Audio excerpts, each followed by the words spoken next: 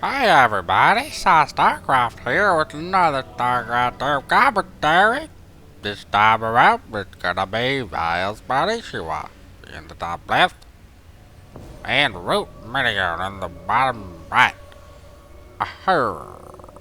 No, but seriously. vileSpanishiwa in the top left as the red Zerg representing Vile, my own team. And ROOTMinigun in the bottom right. Root's kind of having a hard time as of late as far as members go. A lot of people have been leaving. QXC left, Sheth left. Did Slush leave? I don't know. I don't think Slush left. But, you know, they are still an extremely powerful team.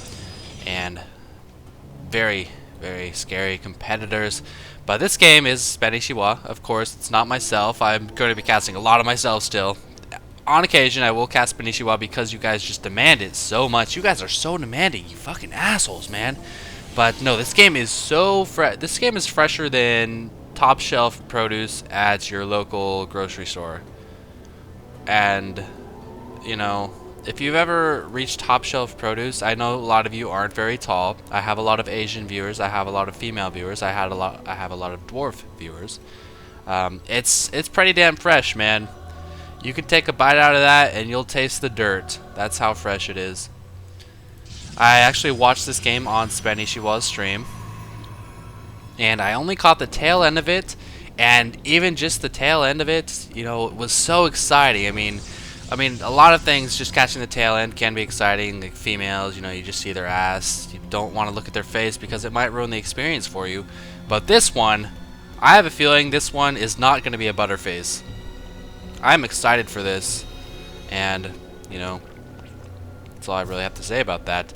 I was streaming on Wednesday night, very, very late. I started about 1:30 a.m. in the morning, PST. Streamed for about 2 hours, 2.5 hours. Didn't go so great, you know. I made a lot of mistakes that I knew I made, and they cost me the game in several occasions. Didn't lose a lot of points because my MMR is very high, and it's putting me up against a lot of Grandmasters, and this is really cool. It's something small, but Spanishiwa, he will block the cybernetic score from being where the Protoss wants it to be, and he forced it to actually be out of the way, so now maybe Root's going to be throwing down, you know, a pylon or an extra gateway a bit sooner than he wants to, just for the sake of walling off, but little stuff like that really shows how good a player is. And of course, we know Spanishiwa is a super, super strong player. Super strong. If you guys aren't familiar with Spanishiwa, his new style that's kind of in the rage lately is no gas for a very, very long time, around 36 to 40, I'd say, and then he just drops down all 4 geysers at once. Now what this does is allows you to get so many freaking drones, and he doesn't get a lot of Zerglings. He only spends 1 larva to get a drone that will turn into a spine crawler. Okay, he'll get 2 Zerglings. Scratch that. And that allows him to save a lot of larvae and have extremely strong defenses. He'll also mass a lot of queens. He's already getting 2 queens. His next 2 queens will probably come within the next minute or so. And he is scouting minigun, and he sees that minigun is indeed on 2 gases. And there's that second gateway, finishing that wall off. Won't be able to get those lings in there because that stalker is blocking it. Run, lings! He does lose a single ling, but stalkers and zerglings have the exact same move speed, it being 2.95. So that ling's going to have no problem running away. And oh my goodness! Oh my goodness, he actually could have... Oh, never mind, there's a sentry there. LOL. Oh, there goes the second ling. So Spanishiwa did have 4 lings, and as expected, 2 more queens coming out. His first or second spine we should see in a moment here. So there's 4 queens now, and there's that first spine evolution chamber. He loves upgrading his Zergling attack, especially against Protoss players. And this little pressure here from minigun, it's very popular from Protoss players, but it's not going to do anything against 3 queens. Nothing close, especially once his queens get transfusion energy. It reminds me, like, I think of these queens as the queens in Simant, where you can, like, go up to it and heal yourself by sucking on its hindquarters. I feel like once they get transfusion energy, it's kind of like that, like,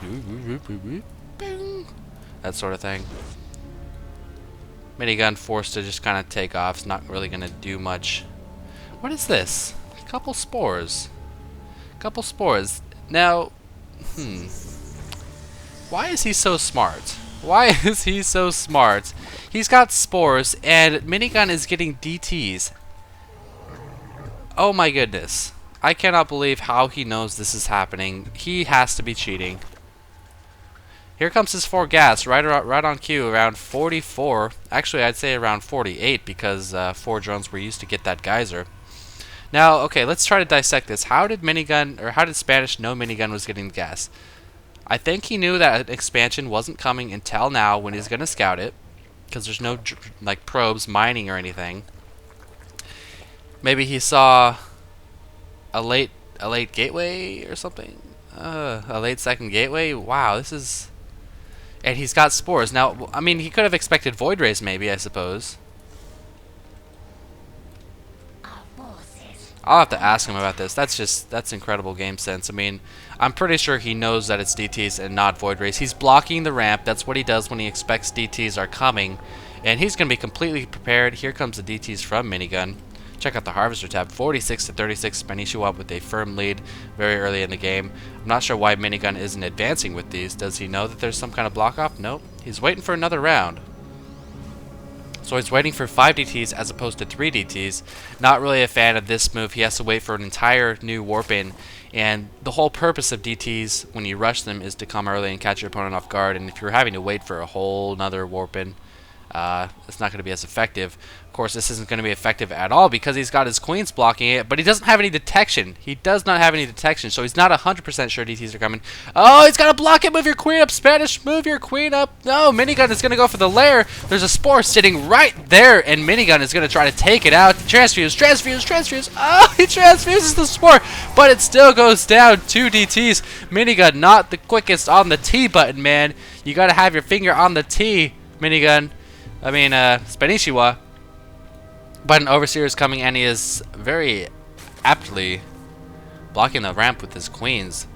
So while it could have been much more awesome with 1 or 2 more transfusions and just totally shut down Minigun, it's still pretty effing awesome, I have to say. These DTs aren't going to get far. Well, if these Zerglings would stop being retarded, they wouldn't get far. What do we got here? We got 2.81 speed on the DTs and 1.8 on the Overseer. So these DTs can outrun this Overseer. Last DT running away. And you know, perfect timing on this expansion. I don't know if he placed it before he saw the DTs or not, but he knew he was fighting against the DTs, and that was a huge investment for Minigun. So what does he do? He expands, and he could actually expand again right now extremely safely. Minigun taking his 3rd, and he's got a patrolling Ling. Check this out. He's got a patrolling Ling going between the 2 bases that Minigun would take 4th, although he's still unsure about this base. I need to ask him why he threw that on that spore. That's just amazing. Maybe that's just his standard play, man. It's just something he does. Overlord speed is up, of course, helping the Overseer speed. Almost a 1-point increase in the speed of that. And he's going to see that robotics facility, rather. So expecting Colossi no time soon, that's for sure. That should, you know, breathe a sigh of relief. He should be breathing a sigh of relief, rather. Still only on 1 evolution chamber, I believe. Yep, and his infestation pit is up. 2 evolution chambers. Only upgrading armor right now. Pathogen glands, probably burrow too. Yep, there's the burrow on the hatchery. Saturating his 3rd base. Harvester count is now 61 to 62, both on 3 base. So Minigun, you know, he's got a nice developed build where he's able to rush with 5 DTs and still stay ahead in economy. Perhaps Spanish should have followed that up with some kind of harassment aggression or something like that to come around this way.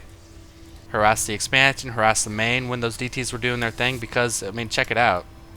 Minigun really has no units whatsoever, so just keep in mind, if you see 5 DTs in your base early, your opponent's not going to have much other than that. 26 Lings on the way. Hive as well. Uprooting Spines, moving them to a more forward position. Very nice. This is going to guard the choke to all 3 of his bases. He just needs to be careful about this side up here. Still got that patrolling Ling. That guy is a trooper, man. His pilot's still hanging out here, too. And here he goes. Oh, that's Littling. Here Spanishiwa goes, finding some pressure. He's not expecting to kill Minigun with this, by no means. Our Hive's almost finished, by the way. He's just trying to catch any stray units, maybe do some harassment, bust down the rocks, try to squeeze in a couple Lings into a mineral line, something like that. Minigun does see this, however. He has the middle tower. Oh, he has the middle tower with the Dark Templar. That's pretty cool. Rock's going down. The problem is, Minigun has nothing to see the Zerglings up there unless he moved his Dark Templar off, but he doesn't want to move the Dark Templar off. He wants to see if there's any additional reinforcements. 2 Infestors trying to get in here. Oh, but Minigun knows the style of Spanishiwa, completely owns that 1 Infestor in the face. Still 5 Infested Terrans going down. They're going to go down actually really fast. They're going to die super fast. Zerglings have busted through. Force fields are going to stop this in its tracks, though these Zerglings are going to get just owned by this force fields. Oh, the force fields were actually a bit late. Sentries will go down. +2 on these Lings armor. I don't think he has +2 attack yet, but the Lings that did make it through died. Was it worth killing those sentries? Possibly. Another round of force fields leaves a little gap for some Lings to get away, and Spanishiwa was going to continue to press the issue. I don't know about this. He knows how many cannons and units there are down there, but you know, they're just Zerglings. He's got a good economy, running on 4 bases now, almost 4 bases. So I don't really blame him for that. 4 Infestors coming in. More Zerglings coming in. 2-2 Zerglings against only 1 attack on the Protoss units. Is he going to get Fungals? Is it going to get Infested Terrans? We don't know yet, but these Lings are doing such a good job. Upgraded Lings are some of the best upgraded units. Oh, Size Storm. No, run, Templar. Oh, Templar died. Upgraded Lings are one of the best upgraded units in the game. And here's a Nidus. Where's that Nidus at in the main? Not there. And he's swarming out those Zerglings. Where's the Nidus? There it is. More Zerglings entering the Nidus. Lings just single file, just want to own stuff. These Infested Terrans not all focusing the Nexus. It actually might have gone down if they were all focusing it down. And these Lings are getting bottlenecked. Nice surround by Minigun with the workers. Not able to take down that Nexus. He does have an Archon up there. Where's the reinforcements from Minigun, though? He has no units. He just doesn't have anything to send up here to help out. While these sneaky tactics by Spanishiwa are pretty cool, he actually could have just, you know, massed units and gone in the front door and been successful as well. So just keep that in mind. You know, if you kill your opponent's army, you don't always have to be tricky to follow it up. Of course, he did just kill a base, so that's still really, really good. And he's not going to risk any additional Size Storms. Oh, this Nexus is weak. Oh, the Nexus goes down. Minigun is down to 1 mining base. Holy shit. What was he thinking? He moved all of his High Templar away. Didn't even think that Spanishiwa would run in. Taking a 4th base, 5th base, 6th base. Meanwhile, this has been taken down by a Dark Templar. This pylon is still up, so this base over here is kind of in jeopardy once Minigun discovers it. More Lings swarming out, killing the Templar archives. A couple of them burrowing for later. Oh my goodness, this is looking so bad for Minigun. He's looking like a fool right now, to be honest. That's what happens when you rush Dark Templar against a guy who's known for defending all kinds of cheeses in the world. Zealots now at 2-1, so they're going to do a little bit better against these Zerglings. Zerglings at 2-3. Another Nidus in the southern part of the map. He's even got 2 Ultras in here. Minigun is in a world of hurt, man.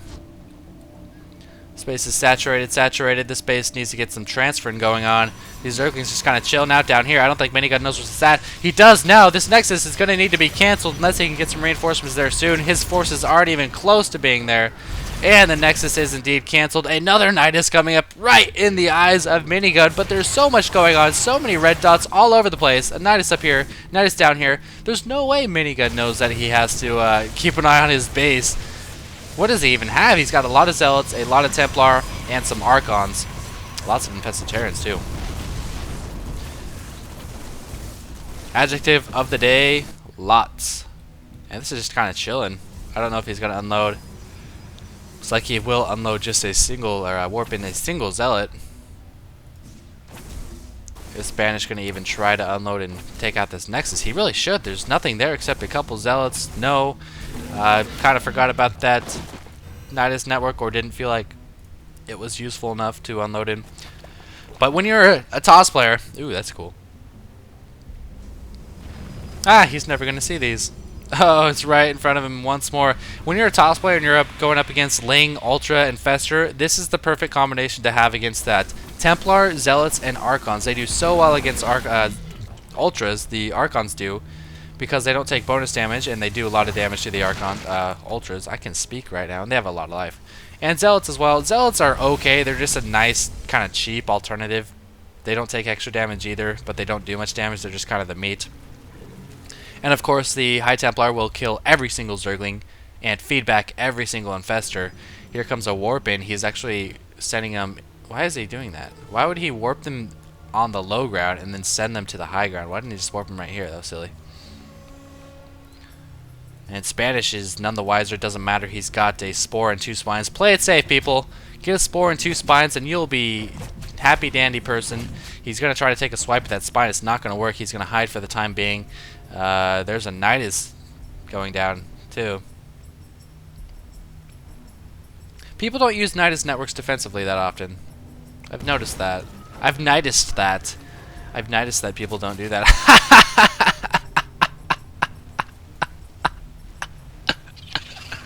Oh, what's this? That's a dead Nidus. That wasn't Nidus of him. Oh, there's another one. Did he see it? Oh, he didn't see it. You're so tricky, Spanish. Harvest account, 89 to 70, whatever. Units lost. Oh my goodness, Minigun's lost exactly 3,000 more resources than him. 3 Dark Templar, 4 Dark Templar should be fine and taking down that spore. That base is probably gonna die. Another Nidus somewhere around here. There's already that one right here. Down goes that spore. I mean, that spore may have died, but just think how much he's committing to killing this. Oh, and a nice fungal growth! Who would have thought he's going to save this base? He got a fungal growth on every single Dark Templar, cleaned it up with some Ultras, and Minigun has to be shitting himself right now. If only he had a minigun that could pierce Ultralisk's armor, because he just doesn't. Oh, he tried to block the hatchery off. It didn't work. Fungal growth, finally killing all 3 DTs. And to be honest, 9 DTs to kill a base when he has like 28 more? Not worth it. Minigun somehow hanging in here. I don't know how he's macroing so well. That's just how good he is. He is about to spot this Nidus. And we've got something going on in the middle. A lot of Corruptors. And you know what happens when you see Corruptors and there's no Colossi in the field. It means Broodlords, baby. And he's getting some Broodlords. 4 Infestors, Ultras, Broodlords. This is T3 from the Zerg. While T3 generally isn't that good, when you already have such a significant lead, you don't really have to worry about, you know, losing. Down goes that Nidus. I'm hearing Niduses all over the place. I have a feeling they're just at the expansions. Yeah, there's one at this expansion. I think that one might have died. I don't know. But, you know, he's a fan of his Niduses. He loves his Niduses.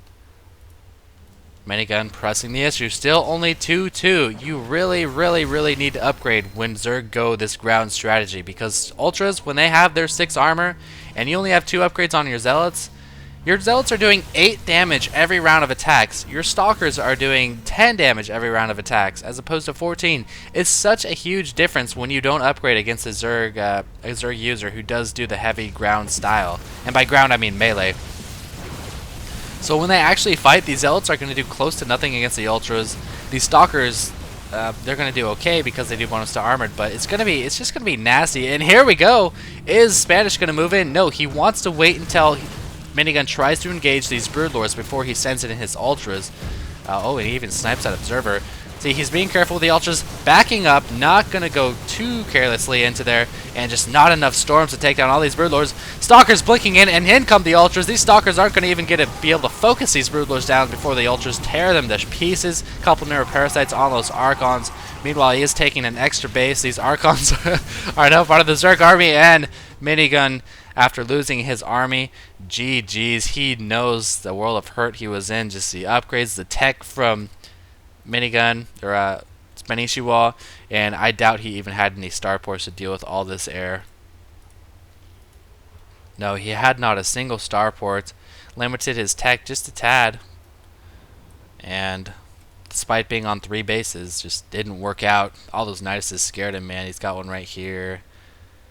He had one down here.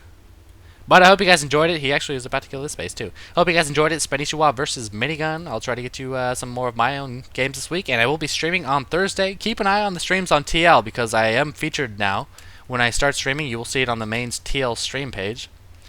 And that's it. So thanks for watching.